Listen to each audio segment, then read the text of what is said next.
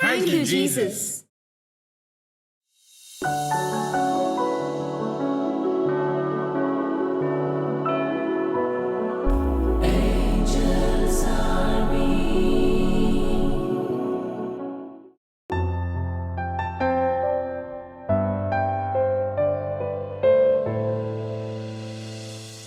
ദൈവം യോജിപ്പിച്ചു നമ്മെ സൃഷ്ടികർമ്മത്തിൽ പങ്കുചേർത്തു.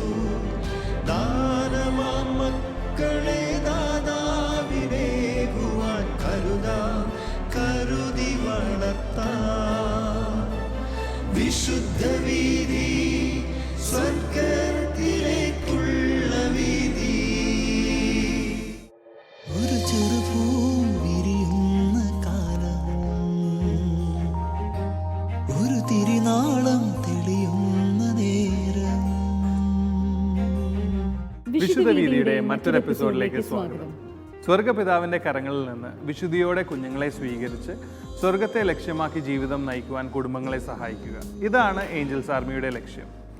സ്വർഗത്തിൽ നിന്നും സ്വർഗത്തിലേക്ക് മധുരമൊഴുക്ക് ശേഷം ഏഞ്ചൽസ് ആർമി വീണ്ടും നിങ്ങൾക്കായി ഇവിടെ ഒരുക്കുന്നു വിശുദ്ധ വീതി, a family's journey to holiness.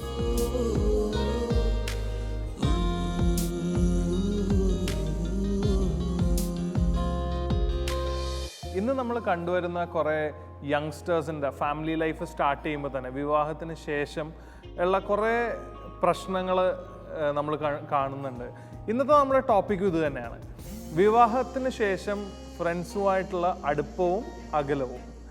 ഇതിനെക്കുറിച്ച് സംസാരിക്കുവാനായിട്ട് ഇന്ന് വന്നിരിക്കുന്ന അതിഥികൾ പോൾസൺ ചേട്ടനും എൽസി ചേച്ചിയാണ്. പോൾസൺ ചേട്ടനും എൽസി ചേച്ചി മൂന്നാറിൽ നിന്നാണ് വരുന്നത്. ഇവർക്ക് 4 മക്കളാണ് ഉള്ളത്. വെൽക്കം ചേട്ടാ, വെൽക്കം ചേച്ചി ടു ദ ഷോ. യൂഷ്വലി ഈ ഒരു കോൺഫ്ലിക്റ്റിംഗ് സബ്ജക്റ്റാണ്. എവിടെയാണ് നമ്മൾ ഫ്രണ്ട്സിന് പൊസിഷൻ കൊടുക്കേണ്ടത്? നമ്മുടെ ലൈഫിൽ ഫ്രണ്ട്സ് ഇത്രയും നാൾ ഒരു ഇമ്പോർട്ടൻ്റ് റോളിലായിരിക്കും, പക്ഷേ വിവാഹത്തിന് ശേഷം അതല്ല. എങ്ങനെയാണ്, എവിടെയാണ്, ഏത് സർക്കിളിലാണ് ഫ്രണ്ട്സിനെ നമ്മൾ ഇൻക്ലൂഡ് ചെയ്യേണ്ടത്? എങ്ങനെയാണ് നിങ്ങളുടെ ലൈഫിൽ എങ്ങനെയാണ് നിർത്തിയിരിക്കുന്നതെന്ന് ഞങ്ങളായിട്ട് പങ്കുവയ്ക്കാവോ? എനിക്ക് ഒരുപാട് ഫ്രണ്ട്സ് ഉണ്ടായിരുന്ന ഒരു വ്യക്തിയായിരുന്നു. ഞാൻ കോളേജ് ലൈഫ് കഴിഞ്ഞ് ജോലിക്ക് കയറുമ്പോൾ എനിക്ക് കോളേജിലെ ഫ്രണ്ട്സ്, പിന്നെ ഞാൻ സ്പോർട്സിൽ ആക്റ്റീവ് ആയതുകൊണ്ട് ആ സർക്കിൾ കുറേ ഉണ്ടായിരുന്നു. പിന്നെ ഞാൻ രാഷ്ട്രീയത്തിൽ ആക്റ്റീവായിരുന്നു കോളേജിൽ പഠിക്കുമ്പോഴെല്ലാം, അപ്പോൾ ആ സർക്കിൾ കുറേ ഉണ്ടായിരുന്നു. പിന്നെ ഞങ്ങളുടെ വില്ലേജിലെ ഫ്രണ്ട്സ്, അങ്ങനെ കുറേ ഫ്രണ്ട്സ് ഉള്ള ഒരു വ്യക്തിയായിരുന്നു ഞാൻ. പക്ഷേ വിവാഹം കഴിഞ്ഞതിന് ശേഷം ആ ഒരു ഫ്രണ്ട്സ് സർക്കിള് ഞാൻ മാറ്റി വെച്ചില്ല. പക്ഷെ ഞങ്ങൾ തമ്മിലുള്ള റിലേഷൻ ഭയങ്കര സ്ട്രോങ് ആയിരുന്നതുകൊണ്ട്, ഞങ്ങൾ തമ്മിലുള്ള സ്നേഹം ഭയങ്കര സ്ട്രോങ് ആയിരുന്നതുകൊണ്ട് ഞങ്ങൾ പുറത്ത് പോകുന്നു, പല കാര്യങ്ങൾ ചെയ്യുന്നു. ആ ഒരു എൻജോയ്മെൻറ്റ് ഭയങ്കര സ്ട്രോങ് ആയിരുന്നു. അപ്പോൾ ഈ ഓട്ടോമാറ്റിക്കലി ബാക്കി ഫ്രണ്ട് സർക്കിൾ പയ്യെ കുറച്ചങ്ങ് മാറി. എനിക്ക് തോന്നുന്നത് നമുക്ക് ഈ ഫ്രണ്ട്സ്, നമ്മൾ പലപ്പോഴും വിചാരിക്കും ഈ ഫ്രണ്ട്സൊക്കെ നമ്മുടെ ലൈഫ് ടൈം മുഴുവനും കണ്ടിരുന്നെങ്കിൽ എന്ന്. ഒത്തിരി ഫ്രണ്ട്സിനെ കുറിച്ച് നമ്മൾ ചിന്തിക്കും അങ്ങനെയൊക്കെ. പക്ഷേ അവരൊക്കെ നമുക്ക് ഒരു ലൈഫിലെ ഒരു സർട്ടൺ പീരീഡിന് വേണ്ടി ദൈവം തന്നേക്കുന്നവരാണ്. അത് കഴിയുമ്പം അത് മാറിപ്പോവും, പുതിയ ഫ്രണ്ട് സർക്കിൾ വരും. ഞങ്ങളുടെ ലൈഫിലും അങ്ങനെ തന്നെ സംഭവിച്ചിട്ടുണ്ട്. എനിക്ക് പഴയ ഫ്രണ്ട്സ് ഒത്തിരി മാറിപ്പോയി, പക്ഷെ കുറേ പുതിയ ഫാമിലി ഫ്രണ്ട്സിനെ ഞങ്ങൾക്ക് കിട്ടുകയും ചെയ്തായിരുന്നു. ഓക്കെ, ചേച്ചിക്ക് എന്താണ് ഇതിലോട്ട് ആഡ് ചെയ്യാനുള്ളത്?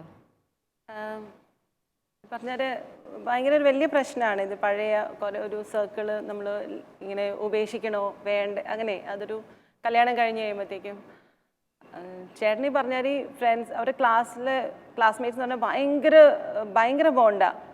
അപ്പോൾ അത് കഴിഞ്ഞ് ഞങ്ങൾ കല്യാണം കഴിഞ്ഞിട്ട് ഇവരൊക്കെ ആയിട്ട് റിലേഷൻ ഉണ്ട്. ഒരു ഫേസ്, പിന്നെ ഞങ്ങൾ ദുബായി പോയതുകൊണ്ട് അങ്ങനെ അധികം അവരുമായിട്ടൊരു ബന്ധം വെക്കാൻ പറ്റിയില്ല കുറേയൊക്കെ. അപ്പോൾ തിരിച്ചു വന്ന് കഴിയുമ്പോഴത്തേക്ക് ഇവർ വിളിച്ചിട്ട് പറയാം, അയ്യോ എന്താ പോൾസൺ വിളിക്കാത്ത എന്താ, അങ്ങനെയൊക്കെ. അപ്പം ഞാൻ സത്യം പറഞ്ഞാൽ ഞാൻ ഫോഴ്സ് ചെയ്യും അവരെയൊക്കെ ഒന്ന് വിളിക്കാനും. ബിക്കോസ് ഞാൻ കണ്ടിട്ടുണ്ട് അവർ ആ ഫ്രണ്ട് സർക്കിളിലാകുമ്പോൾ ഹി ബിക്കംസ് വെരി ഫ്രീ. ആ ഒരു പോൾസൺ എന്തായിരുന്നു അത് ശരിക്കും ആവുന്നത് ആ ഒരു ഫ്രണ്ട് സർക്കിളിൽ. അപ്പം ശരിക്കും അത് ചിലപ്പോഴെങ്കിലും, ഞാൻ എപ്പോഴും എൻ്റെ കൂടെ ഉണ്ട്, എന്നാലും ചിലപ്പോഴെങ്കിലും എനിക്ക് തോന്നി he should have his own time.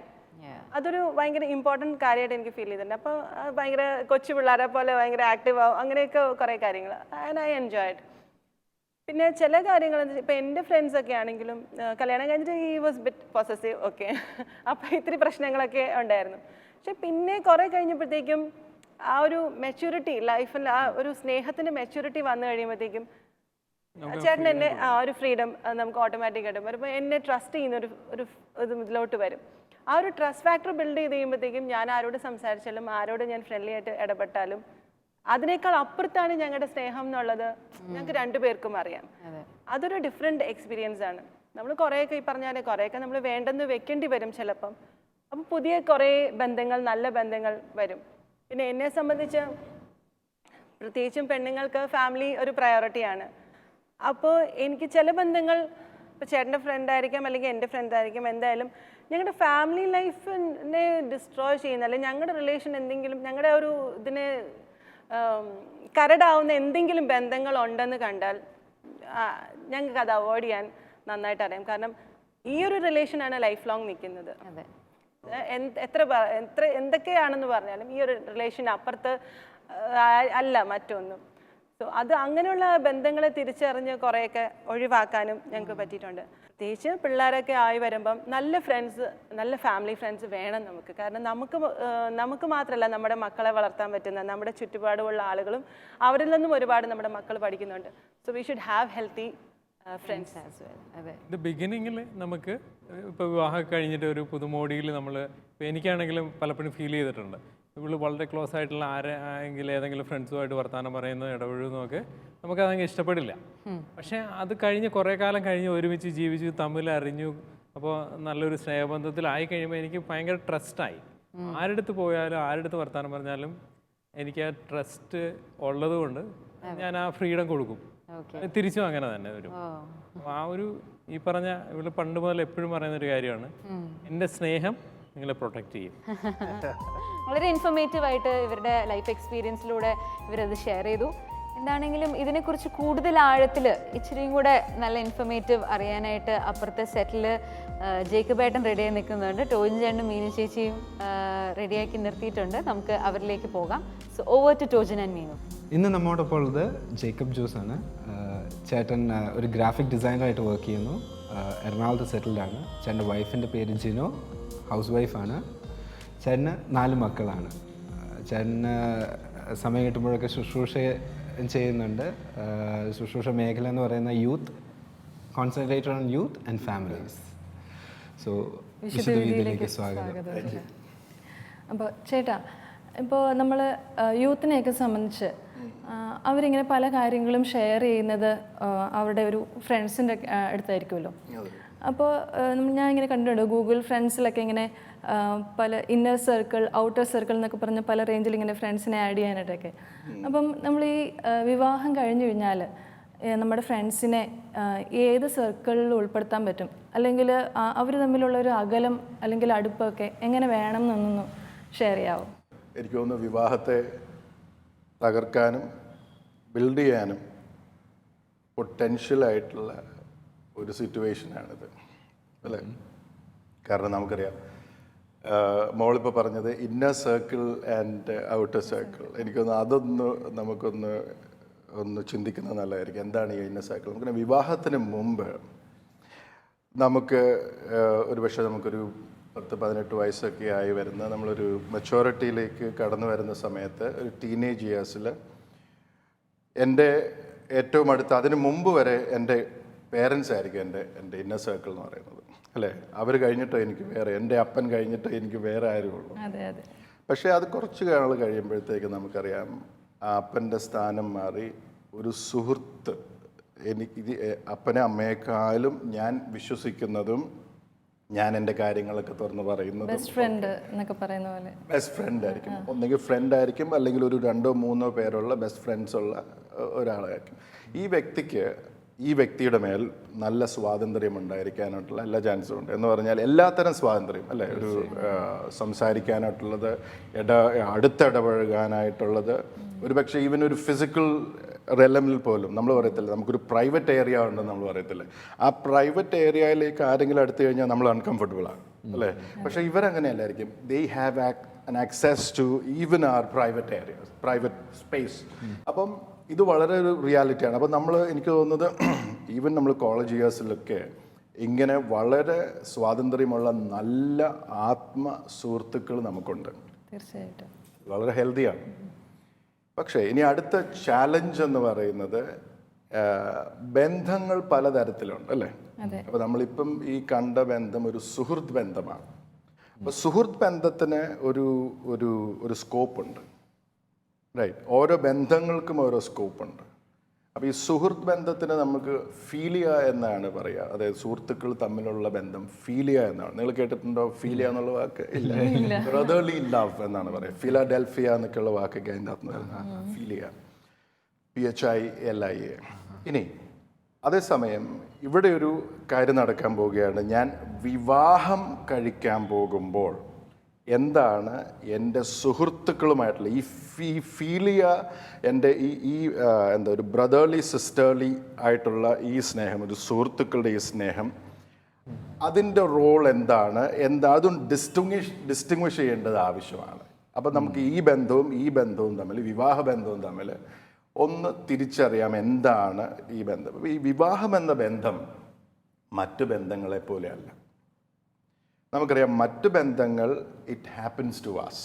നമുക്ക് ആ ഒരു നമ്മുടെ സിറ്റുവേഷനിൽ ഒരു വ്യക്തിയെ പരിചയപ്പെടുകയും അത് ബന്ധം വളർന്ന്, അതേസമയം ഒരു വിവാഹം എന്ന ബന്ധം അവിടെ ഞാൻ സ്വാതന്ത്ര്യത്തിൽ എന്ന് പറഞ്ഞാൽ എനിക്ക് നോ എന്ന് പറയാൻ സ്വാതന്ത്ര്യം ഉള്ളപ്പോൾ ഞാൻ യെസ് പറയുന്നതാണ്. അതെ, അത് വളരെ ഇമ്പോർട്ടൻ്റ് ആണ്.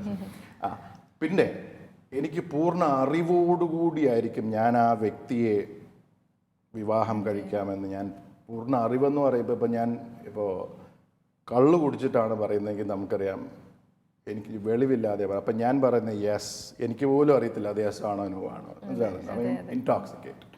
ഇവിടെ അങ്ങനെയൊന്നുമല്ല.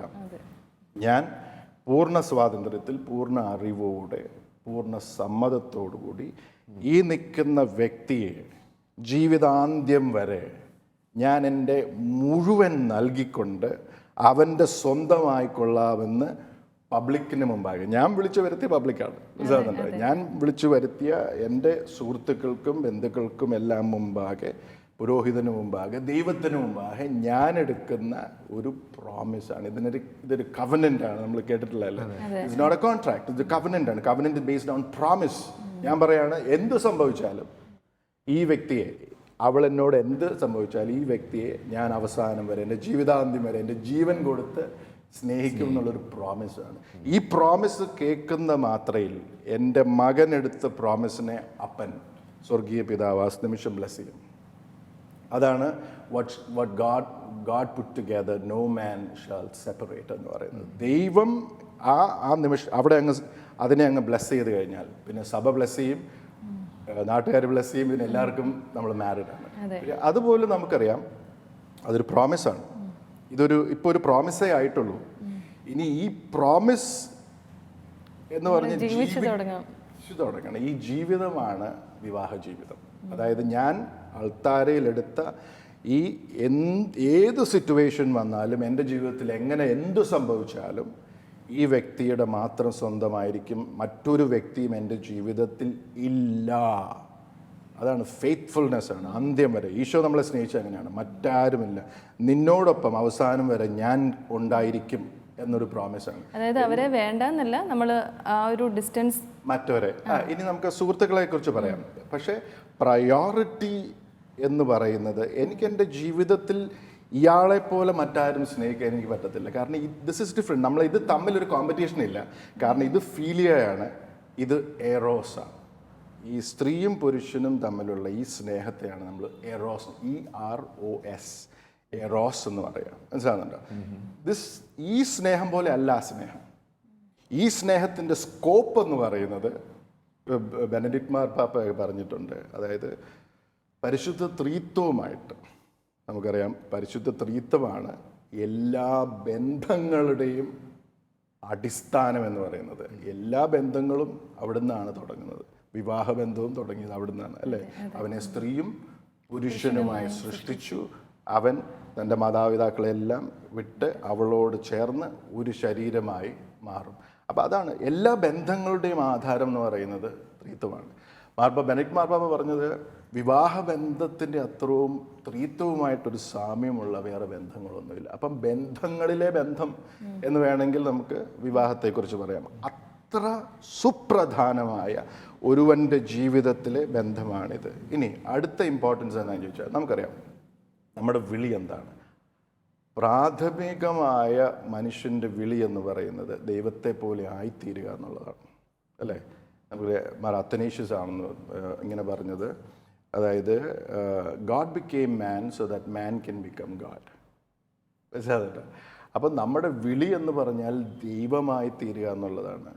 ഈശോ വളരെ വ്യക്തമായി, ഞാൻ എവിടേക്ക് പോകുന്നോ ഞാൻ ആയിരിക്കേണ്ടടുത്ത് നിങ്ങളുമായിരിക്കുന്നതിന് ഞാൻ തിരിച്ചു വന്ന് നിങ്ങളെ കൂട്ടിക്കൊണ്ടു പോകും എന്ന് പറഞ്ഞാൽ നമ്മൾ യേശുക്രിസ്തുവിൽ ആയിരിക്കേണ്ടവരാണ്. എങ്ങനെയുള്ളവർക്ക് അപ്പോൾ യേശുക്രിസ്തുവിലായിരിക്കാൻ പറ്റും? വിശുദ്ധിയുള്ളവർക്ക്.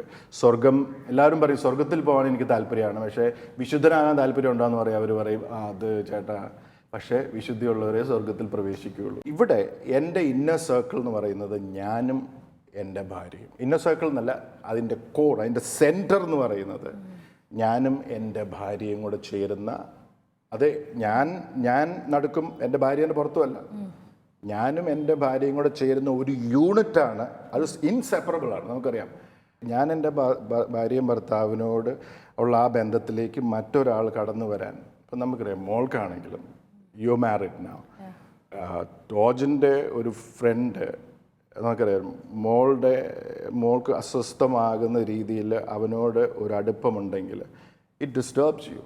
അത് വളരെ നാച്ചുറലാണ്. കാരണം എന്താണ്? He belongs to you. മനസ്സിലായില്ലേ? അത് 100%. ടോജിനെ 100% മീനുൻ്റെയാണ്. അവിടെ 1% ടോജൻ വേറൊരാൾക്ക് കൊടുക്കുന്നുണ്ടെങ്കിൽ യു ക്യാൻ ആസ്ക് ക്വസ്റ്റ്യൻസ്. കാരണം എന്താണെന്ന് ചോദിച്ചാൽ അതല്ല പ്രോമിസ് ചെയ്തേക്കുന്നത്. പ്രോമിസ് ചെയ്തിരിക്കുന്നത് ഞാൻ 100% നിൻ്റെ ആകാന്നുള്ളതാണ്. അപ്പോൾ അവിടെയാണ് ഈ പ്രശ്നം. മനസ്സിലായില്ലേ? അത് ഉറപ്പായിട്ടും നമ്മുടെ വിവാഹത്തെ ബാധിക്കുമെന്ന്. ഇനി ഞാൻ പറയുന്നത് എല്ലാ സുഹൃത്തുക്കളെയും ഒഴിവാക്കണമെന്നല്ല. അപ്പം നമ്മളിപ്പോൾ ഈ സർക്കിൾ പറഞ്ഞു ചോദിക്കാൻ പറ്റുമായിരുന്നു, എങ്ങനെ വരുമ്പോഴേക്കും ആൾക്കാർ സുഹൃത്തുക്കളെ വേണ്ടേ? അത് നന്നായി, അത് ചോദിച്ചത് നന്നായി. അപ്പം ഞാൻ പറഞ്ഞ പോലെ ഏറ്റവും മിഡിൽ, ഏറ്റവും സെൻട്രൽ ആരാണ്? ഞാനും എൻ്റെ ഭാര്യയും. അതിൻ്റെ ചുറ്റുമാണ് എൻ്റെ മക്കൾ വരുന്നത്. ദാറ്റ്സ് എ നെക്സ്റ്റ് സർക്കിൾ, അല്ലേ? അതിൻ്റെ പുറത്താണ് എൻ്റെ മാതാപിതാക്കന്മാരും എൻ്റെ സഹോദരന്മാരും വരുന്നത്. അതിൻ്റെയും പുറത്താണ് ശരിക്കും പറഞ്ഞാൽ എൻ്റെ സുഹൃത്തുക്കൾ വരുന്നത്. അതിൻ്റെ പുറത്താണ് എൻ്റെ അക്വൈൻറ്റൻസ്, ഞാൻ അറിയാം കൂടെ ജോലി ചെയ്യുന്നവരൊക്കെ ഒക്കെ വരുന്നത്. ഇനി ചില കേസിൽ നമുക്കറിയാം ചില നല്ല സുഹൃത്തുക്കൾ, ഇനി അവരെ എങ്ങനെയാണ് നല്ലത് എന്ന് തിരിച്ചറിയേണ്ടതെന്നുള്ള അടുത്ത ചോദ്യം അതെന്നോടൊന്ന് ചോദിക്കണം. ഈ ഇന്ന സർക്കിൾ, നമ്മുടെ ഈ മാതാപിതാക്കന്മാരും സഹോദരമുള്ള സർക്കിളിൽ മിക്കവാറും ഞാൻ പറയുക ചില നല്ല സുഹൃത്തുക്കളും ഉണ്ടാവാനായിട്ട് ചാൻസ് ഉണ്ട്. നല്ലതാണത്. എങ്ങനെയുള്ള സുഹൃത്തുക്കളായിരിക്കണം അവർ? അതായത് ഞാനും എൻ്റെ ഭാര്യയും ഞങ്ങളുടെ വിവാഹത്തിൽ ഞങ്ങൾ ആഴപ്പെടണമെന്നും ആ വിവാഹം ഈശോ ആഗ്രഹിക്കുന്ന പോലെ വളരണമെന്ന് ആത്മാർത്ഥമായി ആഗ്രഹിക്കുന്ന, സ്വാർത്ഥതയില്ലാത്ത, തന്നിഷ്ടം നോക്കാത്ത മനുഷ്യരെ നമുക്ക് ആവശ്യമുണ്ട്. അതുകൊണ്ടാണ് ഇപ്പം നല്ല ആത്മാർത്ഥമുള്ള നല്ല സുഹൃത്തുക്കൾ നിങ്ങൾക്ക് ഉണ്ടാകട്ടെ എന്ന് വിവാഹത്തിലൊരു ബ്ലെസ്സിങ് കൂടെ ഉണ്ട്, അല്ലേ? അപ്പോൾ അത് ഇങ്ങനെയുള്ള സുഹൃത്തുക്കളാണ് നമുക്ക് ആവശ്യം. എങ്ങനെയുള്ള സുഹൃത്തുക്കളെയാണ് ഞാൻ പറയേണ്ടത്? ചിലപ്പം വേണ്ടാന്ന് വെക്കേണ്ടി വരും. It's painful. പക്ഷെ നമ്മളത് ചെയ്യണം for the sake of my spouse. കാരണം എൻ്റെ വിവാഹത്തിന് തടസ്സമുണ്ടാക്കുന്ന രീതിയിൽ ആരെങ്കിലും എന്നോട് പെരുമാറിയാൽ അതെൻ്റെ വിവാഹം മാത്രമല്ല എൻ്റെ സ്പൗസിനെയും എൻ്റെ പങ്കാളിയെയും അത് അഫക്റ്റ് ചെയ്യുന്നുണ്ട്. അപ്പം അവളോടുള്ള സ്നേഹമെന്ന് പറയുന്നത് ഞാൻ എൻ്റെ താല്പര്യങ്ങളെ അവൾക്ക് വേണ്ടിയിട്ട് വേണ്ട എന്ന് വെക്കുന്നതാണ്. അപ്പോൾ നമ്മൾ ഒരുപാട് സംസാരിക്കാനുണ്ട് ഈ വിഷയത്തെക്കുറിച്ച് തീർച്ചയായിട്ടും. അപ്പോൾ എന്തായാലും ചേട്ടൻ ഒരുപാട് കാര്യങ്ങൾ നമ്മളുടെ അടുത്ത് പങ്കുവച്ചു. താങ്ക് യു വെരി മച്ച് ചേട്ടാ. Back to you Manu and Elria. Thank you Tojan and Meenu. So എന്തായാലും ഇതിനെപ്പറ്റി കൂടുതൽ ആഴത്തിൽ നമുക്ക് ജെർണച്ചൻ എന്താ പറയാനുള്ളതെന്ന് കേൾക്കാം. So over to Philippines.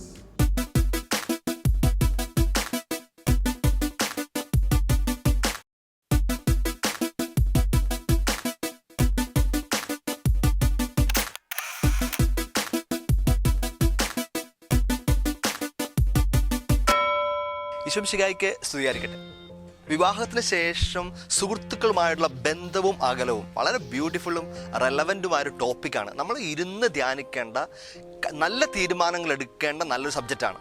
ഒരാണും പെണ്ണും ചേർന്ന് പുതിയൊരു കുടുംബം ആരംഭിക്കുമ്പോൾ പരസ്പരം 2 കൾച്ചറിൽ, 2 കുടുംബത്തിൽ, 2 ഇഷ്ടങ്ങളിൽ, 2 കൂട്ടുകാരുടെ സെറ്റിങ്സിൽ വളർന്ന 2 പേർ ചേർന്ന് കുടുംബം ആരംഭിക്കുമ്പോൾ ഇവർ തമ്മിൽ ഒന്നാകണമെങ്കിൽ നല്ല സമയം വേണം. ക്വാളിറ്റേറ്റീവും ക്വാണ്ടിറ്റേറ്റീവുമായുള്ള സമയം അവിടെ കൊടുക്കണം. നല്ല ക്വാളിറ്റിയും കൊടുക്കണം, നല്ല ക്വാണ്ടിറ്റിയും കൊടുക്കണം. അതുകൊണ്ടാണ് സുഹൃത്തുക്കളോട്, പ്രത്യേകിച്ച് വിവാഹ ജീവിതത്തിൻ്റെ ആദ്യ സമയങ്ങളിൽ ഒരല്പം ബോധപൂർവകമായ അകലങ്ങൾ നമ്മൾ പാലിക്കണമെന്ന് പറയുന്നത്. കാരണം ഇവർ തമ്മിൽ സംസാരിക്കണമെങ്കിൽ ഇതൊരു സമയം വേണം.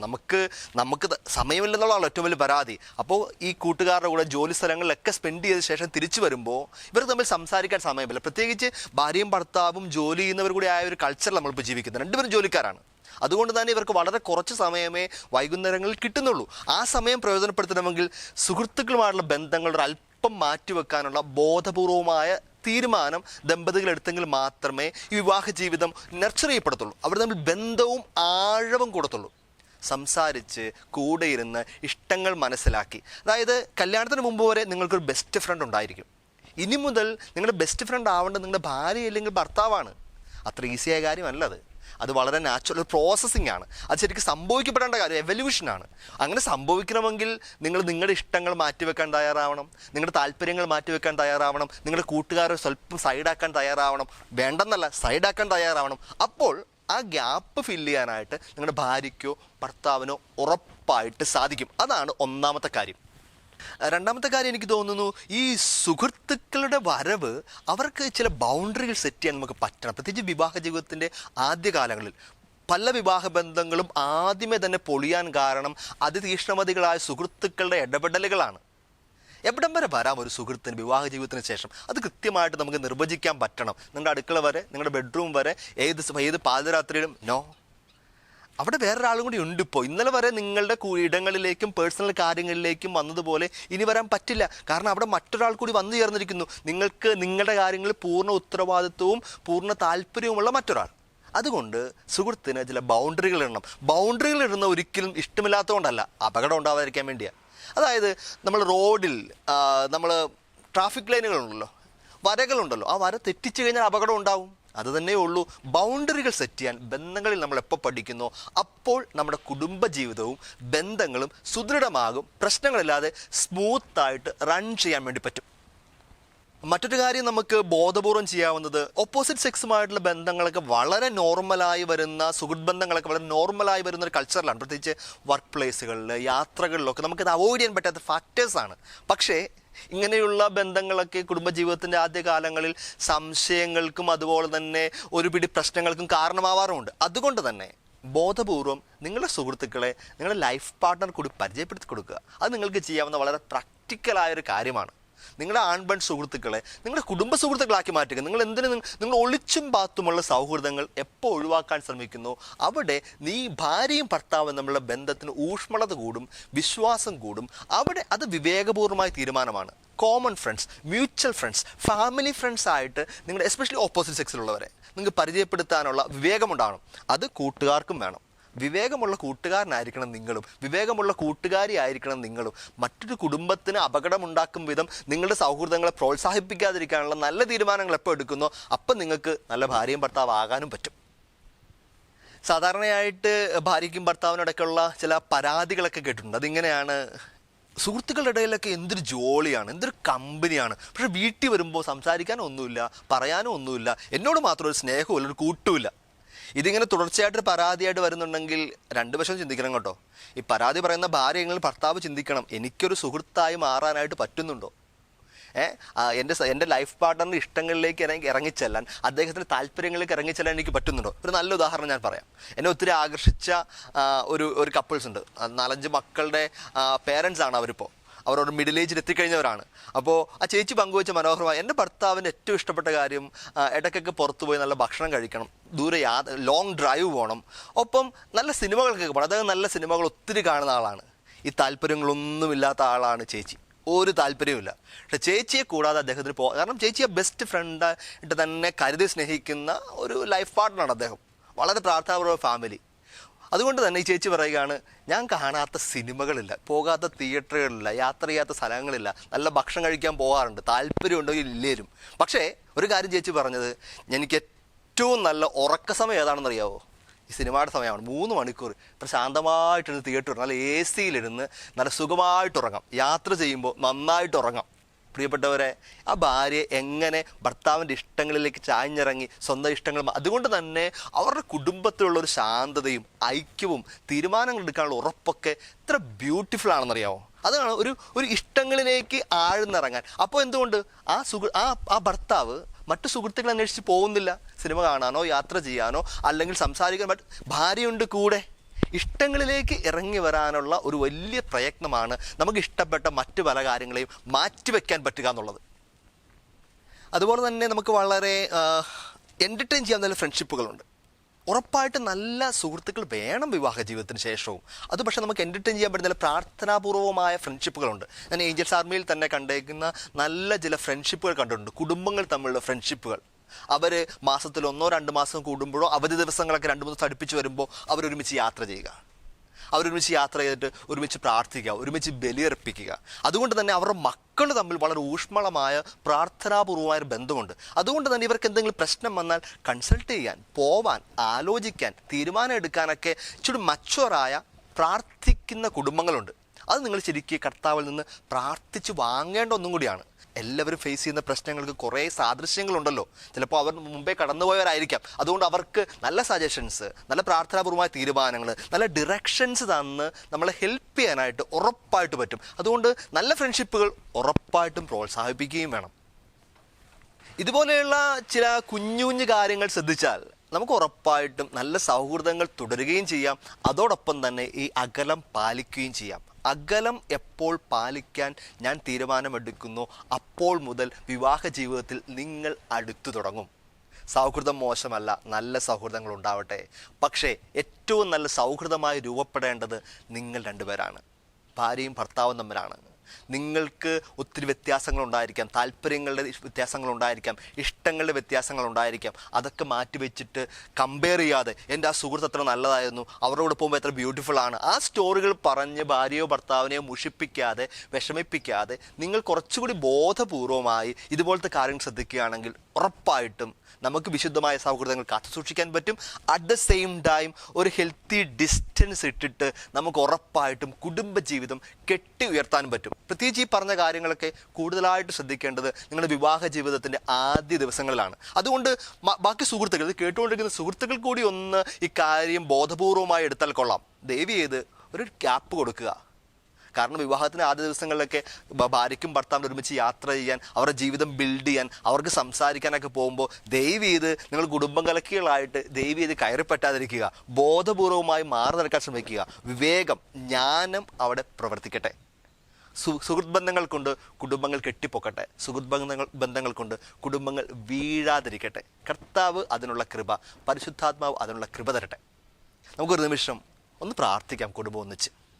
കർത്താവായ ഈശോയെ, സുഹൃത്തുക്കളെ തന്നത് നീയാണല്ലോ. നിനക്ക് എന്തുമാത്രം സുഹൃത്തുക്കളുണ്ടായിരുന്നു. നിന്റെ സൗഹൃദ വലയത്തിൽ തന്നെ വിവാഹം കഴിഞ്ഞവരുമായ എത്രയോ അധികം പേരുണ്ടായിരുന്നു.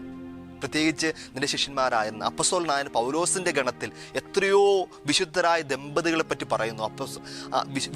വിശുദ്ധ പൗലോസിന്റെ പ്രേക്ഷിത പേരകളിൽ പങ്കെടുത്തവർ, ഞങ്ങൾ അവരെല്ലാം ഈ നിമിഷം മാധ്യസ്ഥം അപേക്ഷിച്ച് പ്രാർത്ഥിക്കുന്നു. ഞങ്ങളുടെ സൗഹൃദങ്ങളെ നന്നായിട്ട് സ്ക്രൂട്ടനൈസ് ചെയ്യാൻ ഞങ്ങളെ സഹായിക്കണമേ. വിശുദ്ധരായ സൗഹൃദങ്ങളെ ചൂസ് ചെയ്യാൻ, അത് മനസ്സിലാക്കാനുള്ള കൃപ തരണമേ. പ്രത്യേകിച്ച് വിവാഹ ജീവിതത്തിന് ശേഷം ഞങ്ങളുടെ സൗഹൃദങ്ങളെ ക്രമപ്പെടുത്താൻ, അകലങ്ങളെ ക്രമപ്പെടുത്താൻ, ആർക്കും മുറിവുണ്ടാക്കാത്ത വിധം തന്നെ പരിശുദ്ധാത്മാവിൻ്റെ സഹായത്താൽ ഞങ്ങളുടെ സൗഹൃദങ്ങളെ ക്രമപ്പെടുത്താനും അകലപ്പെടുത്താനും, അതുപോലെ തന്നെ ആഴത്തിൽ നല്ല സൗഹൃദങ്ങൾ ഉണ്ടാക്കിയെടുക്കാനുള്ള കൃപ തരണമേ. സ്വർഗത്തിൽ നിന്ന് ഞങ്ങൾക്ക് വിശുദ്ധരായ സുഹൃത്തുക്കളെ അയച്ചു തരണമേ. അങ്ങനെ ഞങ്ങളുടെ കുടുംബം വിശ്വാസത്തിൻ്റെ കുടുംബമായിട്ട്, പ്രത്യേകിച്ച് സൗഹൃദങ്ങൾ സൗഹൃദങ്ങളായിട്ട്, അപ്പസ്തോലന്മാരുടെ കൂട്ടായ്മ പോലെ സ്നേഹത്തിൻ്റെയും സേവനത്തിൻ്റെയും കൂട്ടായ്മകളായിട്ടും ഞങ്ങൾ രൂപാന്തരപ്പെടട്ടെ.